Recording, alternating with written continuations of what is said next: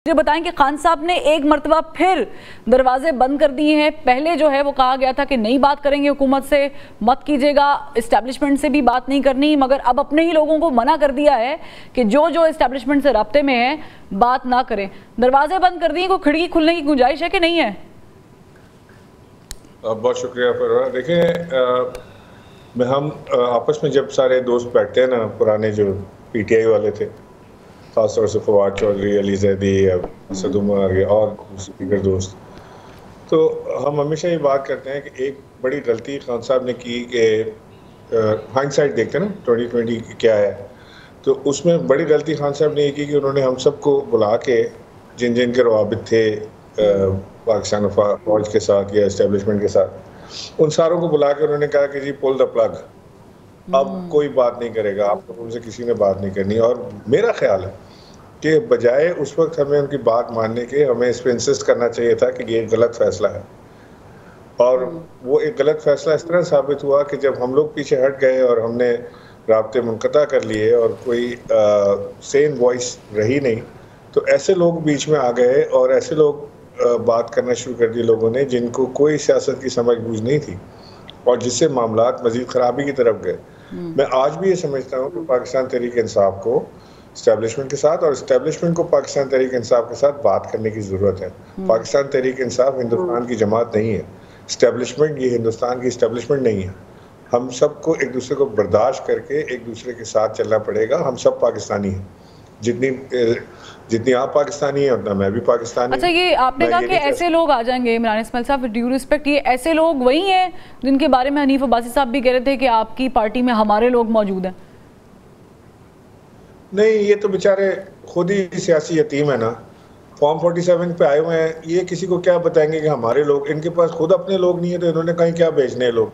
मैं तो वैसे आपसे बात कर रहा हूँ कि वो लोग जिनको कोई सियासी तजुर्बा नहीं था, मैं उनकी नीयत पर शक नहीं कर रहा, तो उनको सियासी तजुर्बा नहीं था, उनको इस किस्म की डीलिंग का तजुर्बा नहीं था, उनको इस हायर लेवल की ऊपर मीटिंग्स का तजुर्बा नहीं था, अपना तजुर्बा नहीं था, तो वो किस तरह से वो कर सकते थे इतनी बड़ी बात पूछ के वो जाके सॉफ्ट कॉर्नर पैदा करने की कोशिश करें या एक सॉफ्टनेस पैदा करने की कोशिश करें, जो हीट थी उसको नीचे लाने की कोशिश करें।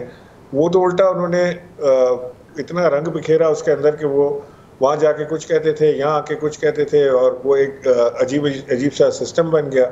और वो दूरियाँ जो थी तलखियों में बढ़ गई और तलखियाँ जो थी वो बहुत ज़्यादा हो गई, इतनी ज़्यादा हो गई कि वो एक दूसरे से बात करने को भी तैयार नहीं थे। लेकिन तो ये फैसला इमरान इस्माइल साहब, आप इतने क्लोज रहे हैं खान साहब के, ये किया क्यों है? उन्होंने करना तो नहीं चाहिए था, ये आपने भी कहा है, लेकिन किया क्यों है?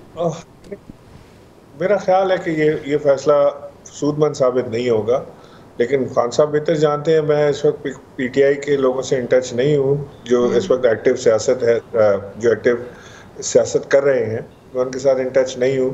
मैं दूर से बैठा देख रहा हूँ, लेकिन मैं ये भी देखता हूँ कि जिस किस्म की लीडरशिप की खान साहब को ज़रूरत है, वो शायद इस वक्त जो मौजूदा लीडरशिप है इमरान खान के बाद वाली, क्योंकि शाह महमूद कुरैशी भी जेल में है और चौधरी साहब भी जेल में हैं, तो इस वक्त जो बकाया लीडरशिप जो बाहर है वो लीडरशिप नहीं दे पा रही, या कॉम्प्रोमाइज है, या वो इतनी हिम्मत नहीं जुटा पा रहे। लेकिन यहाँ पर ये भी प्रॉब्लम है कि खान साहब कोई एक बात करते हैं और फिर पार्टी के जो लोग हैं वो कोई दूसरी बात करते हैं। जैसे फॉर इंस्टेंस खान साहब ने आज कहा कि कोई बात ना करे इस्टेब्लिशमेंट से जिनके राब्ते हैं, लेकिन रऊफ हसन साहब बयान दे रहे हैं कि पीटीआई आज भी इस्टेब्लिशमेंट से बात करना चाहती है, इसमें देर नहीं होनी चाहिए। तो एक तरफ तो खान साहब ने मना कर दिया, या तो फिर खान साहब को ये समझा देते कि नहीं खान साहब आप ऐसे बयान ना दें, हम अभी भी रेडी हैं, कभी भी बातचीत के दरवाजे खुल सकते हैं।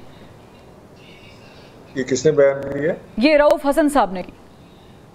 अच्छा, एक तो ये कि रऊफ हसन साहब की बात का तो वैसे भी कोई वजन तो है नहीं इतना।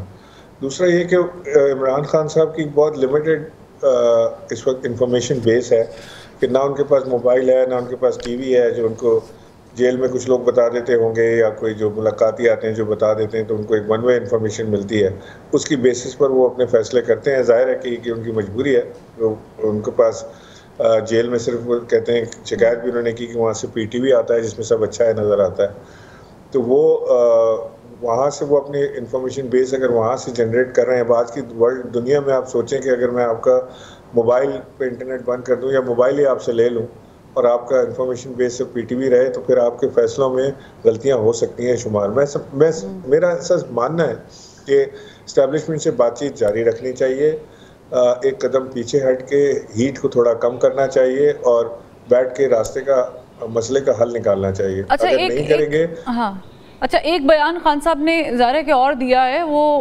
अपकमिंग जो चीफ जस्टिस एक्सपेक्ट किए जा रहे हैं, जो इस वक्त प्यूनी जज हैं मंसूर अली शाह साहब, उनके बारे में कि हम उनको मुकम्मल बैक करते हैं। अब उस पर आपने भी देखा होगा कि आज इरफान सिद्दीकी साहब ने भी काफ़ी कुछ कहा। उन्होंने कहा कि मुतनाज़े कर रहे हैं आप। ये खान साहब को कहना चाहिए था बैक कर रहे हैं, क्योंकि that doesn't make any sense. एक ऐसे शख्स जो अभी चीफ जस्टिस बने नहीं हैं, यूँ लग रहा है कि पाकिस्तान तहरीक इंसाफ बिलखुसूस इमरान खान साहब उन पर निसार कर रहे हैं। नहीं, मुझे नहीं पता खान साहब ने एग्जैक्टली क्या कहा है, लेकिन अगर एक इंस्टीट्यूशन को बैक कर रहे हैं और इंस्टीट्यूशन सुप्रीम कोर्ट जैसा इंस्टीट्यूशन इदारा हो जिसको बैक कर रहे हैं, तो हमें अपने इदारों को तो बैक करना चाहिए, खा वो एस्टेब्लिशमेंट हो, खा वो सुप्रीम कोर्ट हो। नहीं, लेकिन वो यहाँ इदारों को बैक नहीं कर रहे, इदारे को बैक नहीं कर रहे, वो मंसूर अली शाह का नाम लेकर बैक कर रहे हैं। मेरा ख्याल है कि नाम लेना मुनासिब नहीं था। इदारों की बात करते हैं कि इदारों के साथ खड़े हैं, इदारों को बैक करते हैं ताकि वो इदारों की मजबूती के लिए काम करें, तो वो बेहतर था। लेकिन आप इसको इतनी बारीकी में ना देखें इसको, क्योंकि मैंने आपको बताया ना कि वो एक कैद तनाई में है, उनके पास इंफॉर्मेशन बेस नहीं है और वो एक बहुत शॉर्ट पीरियड के लिए उनका एक्सपोजर होता है अखबार वालों के साथ या मीडिया वालों के साथ, और वो भी किसी कोर्ट केस में आते जाते कोई थोड़ा सा उनको एक्सपोजर मिल जाता है, जिसमें छोटा टाइम होता है 5-7 मिनट का, इसके अंदर उन्होंने सारा कुछ कहना होता है। तो अल्फाज का चुनाव शायद गलत हो सकता है, लेकिन मकसद मेरा ख्याल है कि उनका होगा कि इदारों को बैक करना, क्योंकि शख्सियत को बैक करना तो किसी सूरत भी, चाहे वो किसी इदारे से हो, चाहे वो किसी हुकूमत की हो, शख्सियत को बैक करना या शख्सियत के ऊपर कानून साजी करना कभी भी सूदमंद नहीं रहता। हमेशा इदारों को मजबूत करना चाहिए और इसी पे इमरान खान का बिलीव भी है कि इदारे मजबूत होने चाहिए। अच्छा, लास्टली मैं पूछना चाहूँगी, हुकूमत बहुत जल्दी में आईनी तरमीमी पैकेज लाना चाह रही है और पास भी कराना चाह रही है, 63A का भी मामला सामने है। कोई ऐसी ऑप्शन आपको नज़र आती है बीच वाली कि जिससे पाकिस्तान तहरीक इंसाफ का भी उतना नुकसान ना हो, और अगर हुकूमत भी कुछ ले दे के करना चाह रही है तो बातचीत हो सके? ये तो व्यापारी है, इनको तो आदत ही ले दे के करना किया। लेकिन मैं समझता हूँ कि देखें, ऑन अ सीरियस नोट, इसके ऊपर एक बड़ी जामे बहस होनी चाहिए। तहरीक इंसाफ को भी सुनना चाहिए, बाकी दीगर जमातों को भी सुने और उनके जो इतराज़ात हैं उनको एड्रेस करें। हमें ये एहसास है कि जो ये आईनी तरमीम आ रही है, इससे सुप्रीम कोर्ट का सत्यानाश होगा। इसके अंदर जजेस जो हैं वो वज़ीर आज़म की मर्ज़ी से लगाए और हटाए जाएंगे, और उसके बाद ये जो शायद खाकान अब्बासी जो कह रहे थे ना कि हो सकता है कि मुमकिन है कि जजेस भी 70-70 करोड़ देकर लगें, तो कोई बईद नहीं है कि ऐसी नौबत आ जाए, खुदा न खास्ता, इस मुल्क पर। मैं समझता हूँ कि इस वक्त हमारी अदालत